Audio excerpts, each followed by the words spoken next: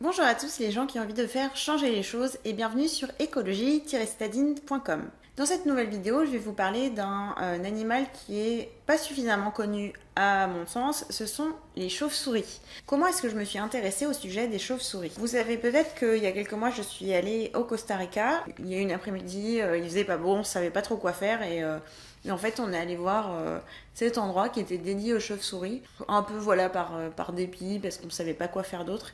Et là, mais ça a été vraiment l'une des visites que j'ai préférées. Ça a été repris il y a quelques années par un Hollandais qui habite là-bas maintenant et dont la mission c'est vraiment d'informer les gens des chauves-souris, de quels animaux fascinants c'est et aussi pourquoi est-ce que c'est si important de les protéger. Si jamais vous allez au Costa Rica, vraiment allez là-bas. Tout ce dont je vais vous parler aujourd'hui, c'est les notes que j'ai prises juste en sortant. Je vais vous parler de plusieurs choses. Si vous n'êtes pas intéressé par le détail de ces animaux, je vous invite plutôt à aller voir l'article dans lequel je mettrai les points clés à retenir et surtout les gestes à faire. D'abord, qui sont les chauves-souris? Alors, il faut savoir que le vrai nom des chauves-souris, c'est des chiroptères. Donc, c'est vraiment le nom officiel.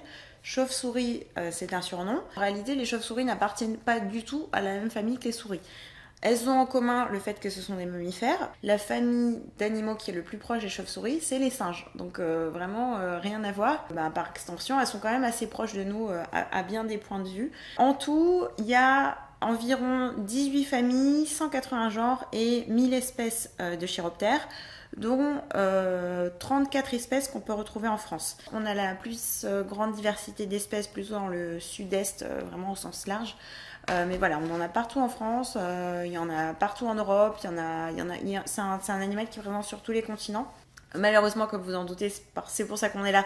C'est aussi un animal qui est en voie de disparition. Les chauves-souris, donc quelques faits sur elles. Donc c'est des mammifères, comme je vous le disais. Elles ont un temps de gestation de 3 mois avec des petits qui naissent déjà gros et poilus. C'est une espèce où on prend vraiment soin des petits.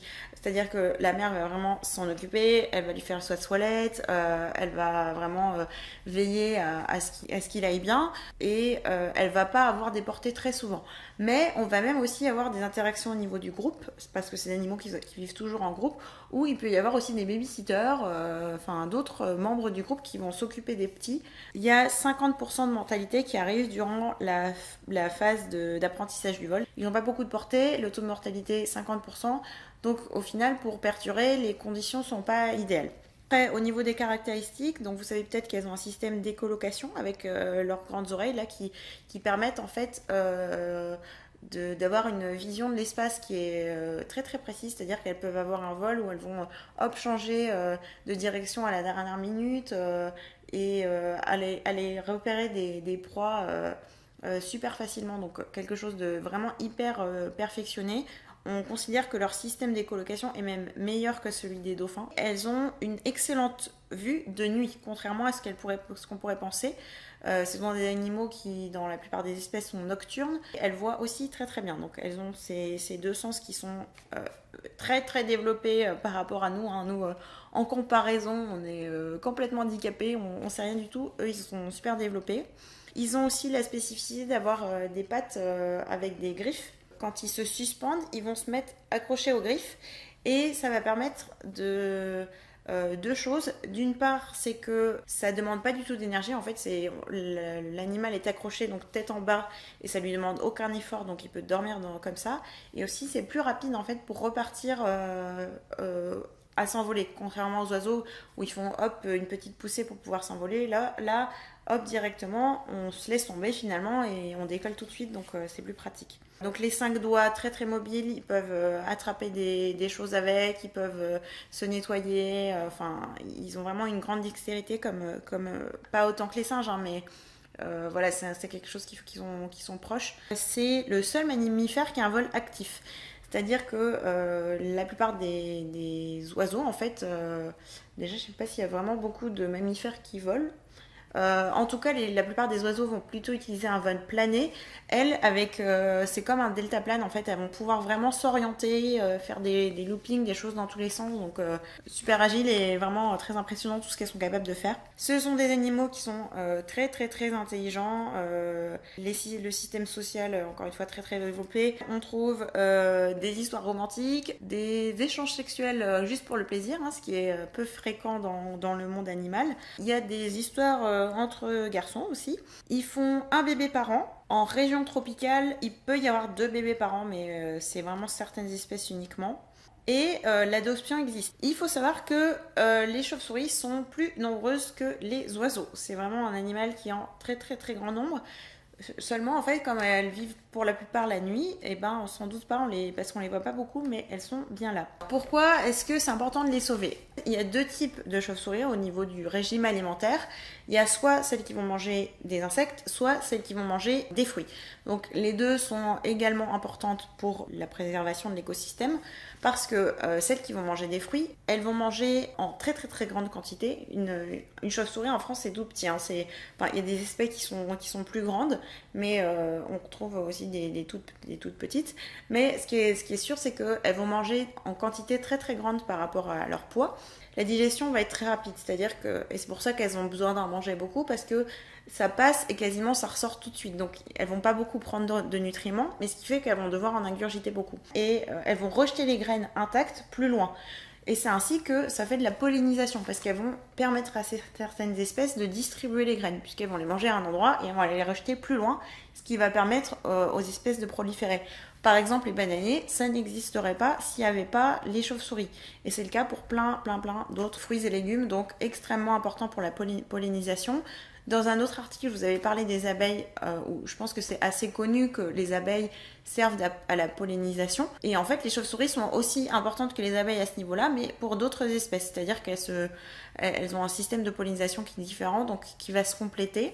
Et donc je vous ai dit 2 types d'alimentation, soit des graines, soit des insectes. Et alors là, c'est le même principe, qu'elles vont manger en quantité énorme plein d'insectes, et notamment des moustiques. Donc c'est vraiment génial d'avoir des chauves-souris dans son jardin, parce que ça veut dire qu'elles mangent tous les moustiques. Donc vous voulez avoir des chauves-souris dans votre jardin. Leurs excréments, c'est vraiment des fertilisants. Il faut savoir qu'il y a dans certains produits cosmétiques, notamment du mascara, il y a de l'excrément de chauve-souris qui est utilisé. Donc elles sont vraiment totalement inoffensives pour votre santé, et elles vont pas salir comme ça peut le faire pour des excréments d'oiseaux. Donc vraiment, je vous encourage à avoir des chauves-souris dans votre jardin, sachant qu'elles vont pas vous mordre, elles vont pas vous attaquer. Déjà, elles vont vivre la nuit, donc vous n'allez pas forcément les rencontrer. Et ils sont pas du tout agressifs par défaut. Pour revenir sur l'histoire du Dracula, donc je vous ai dit tout à l'heure, il y a environ 1 millier d'espèces qui existent. Sur toutes ces espèces, il y en a 2 qui boivent effectivement du sang. Donc ça existe, mais ce sont des espèces qui existent en Amérique du Sud. Donc en France, vous n'avez aucune chance de les rencontrer. Et en plus, ce sont des espèces qui vont aller se nourrir plutôt de bovins. Avec l'agriculture, elles ont toutes ces espèces, tous ces trucs énormes qui ne bougent pas. Elles vont aller se servir là-dessus.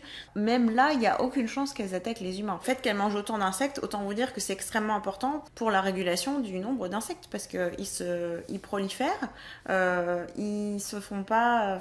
ils sont peut-être moins sensibles que d'autres espèces à tout ce qui est changement d'environnement, à la pollution et tout ça. Et si les chauves-souris ne sont pas là pour les réguler, on peut se retrouver avec un déséquilibre au niveau de la présence d'insectes, ce qui peut complètement tout déséquilibrer. Peut-être des animaux qui vont trop en manger, du coup qui vont trop proliférer, il y en a d'autres qui vont pas pouvoir. L'écosystème, c'est quelque chose qui est un équilibre subtil entre un ensemble de choses, et quand on casse un bout, ça a des répercussions sur tout le reste. Donc, les chauves-souris, c'est vraiment un pan très très important de cet écosystème. Pourquoi est-ce qu'elles sont en danger aujourd'hui? Plusieurs facteurs. Une urbanisation qui est grandissante. Voilà, elles se retrouvent en ville, au milieu des barres d'immeubles.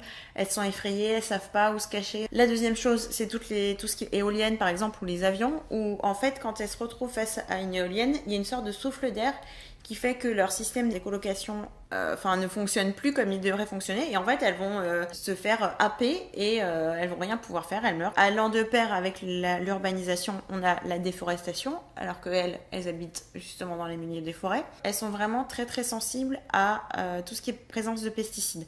D'ailleurs, la personne qu'on avait vue dans cet endroit, il nous avait dit, lui, s'il voit qu'une chauve-souris, elle touche pas, lui, en fait, c'est sûr, il va pas le manger non plus, parce que aujourd'hui, il y a tout ce qu'on mange est plein de pesticides, en grande partie. Et elles, en fait, non seulement elles ont la capacité de le sentir, mais elles sont bien intelligentes de le faire. Elles ont tout de suite les conséquences parce qu'elles sont pas très grandes et que proportionnellement, ça fait une présence de pesticides qui est très importante par rapport à leur organisme. Ils nous alertaient sur le fait qu'à court terme, notre corps il est capable de digérer et de traiter tous ces pesticides, mais avec l'effet cocktail, avec l'effet long terme, avec la démultiplication des produits qui peuvent se combiner entre eux, et en fait, nous aussi, on a des problèmes à cause de ça et on s'en rend pas toujours compte. La dernière chose, c'est le réveil en hiver. Il y a certaines espèces qui vivent toute l'année. En France, la plupart des espèces doivent hiberner pendant l'hiver. Elles se mettent donc accrochées quelque part, elles dorment, et le problème c'est quand elles se font réveiller par maladresse, elles vont être désorientées, elles vont être affamées, elles n'ont pas la capacité d'aller se nourrir parce que c'est encore l'hiver et que leur nourriture n'est pas à disposition, et en fait elles n'y survivent pas. Donc toutes ces choses font qu'en France, les chauves-souris sont en voie de disparition. C'est vraiment... elles sont pas encore classées dans les espèces menacées, mais on en est très très très proche, donc il est vraiment temps de se préoccuper de les préserver. Que faire pour les sauvegarder ? Bien évidemment, à grande échelle, arrêter de déforester, arrêter de mettre des pesticides partout. Bon, ok, on est d'accord, mais c'est pas forcément facile à faire à notre échelle du jour au lendemain. Donc une autre solution un peu plus concrète, c'est d'installer chez vous des maisons pour chauves-souris. Donc ça ressemble à ça. C'est comme une maison pour oiseaux, à la différence près que l'ouverture se trouve en bas, parce qu'elle rentre toujours par le bas. C'est ce qui fait qu'en fait, si vous mettez une maison pour oiseaux chez vous, elles vont pas les utiliser, et que les oiseaux ne vont pas utiliser celle-là. Et on voit à l'intérieur, il y a des grilles comme ça, et donc c'est sur ça qu'elles vont s'accrocher. Donc voilà, c'est tout petit, parce que encore une fois, chez nous, elles sont toutes petites, donc il y a toute une famille qui peut se mettre là-dedans. On peut en acheter directement sur internet ou dans certains magasins de jardinage. Donc je vous mettrai le lien où j'ai trouvé celle-là. Je vous conseille, s'il vous plaît, de favoriser du bois qui est non traité, parce que sinon ça les empoisonne. Si vous êtes bricoleur, vous pouvez en fabriquer un vous-même. C'est vraiment 4 planches, un trou en dessous et de quoi s'accrocher. Je pense que si on s'y connaît, c'est pas très compliqué. Le mieux, c'est d'en mettre plusieurs, parce qu'en fait, elles vont aller communiquer entre elles. Les familles, souvent, sont constituées de groupes assez grands. Il faut les accrocher à environ 2 mètres du sol minimum pour éviter qu'elles soient dérangées. Et là, en fait, vous mettez ça, vous êtes sûr qu'elles vont passer un hiver bien tranquille. Et pendant l'été, elles vont manger tous vos moustiques. Donc vraiment, il n'y a que des avantages. Donc moi, j'en ai acheté plusieurs, j'en ai offert à des gens dans ma famille. Donc là, il y a Noël qui arrive bientôt.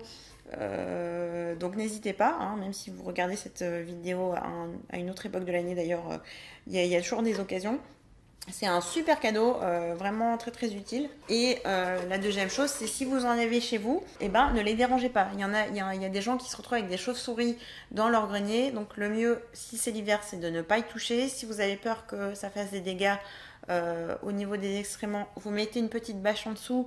Je vous ai dit, ça ne salit pas, c'est juste que vous pourrez les récupérer facilement comme ça.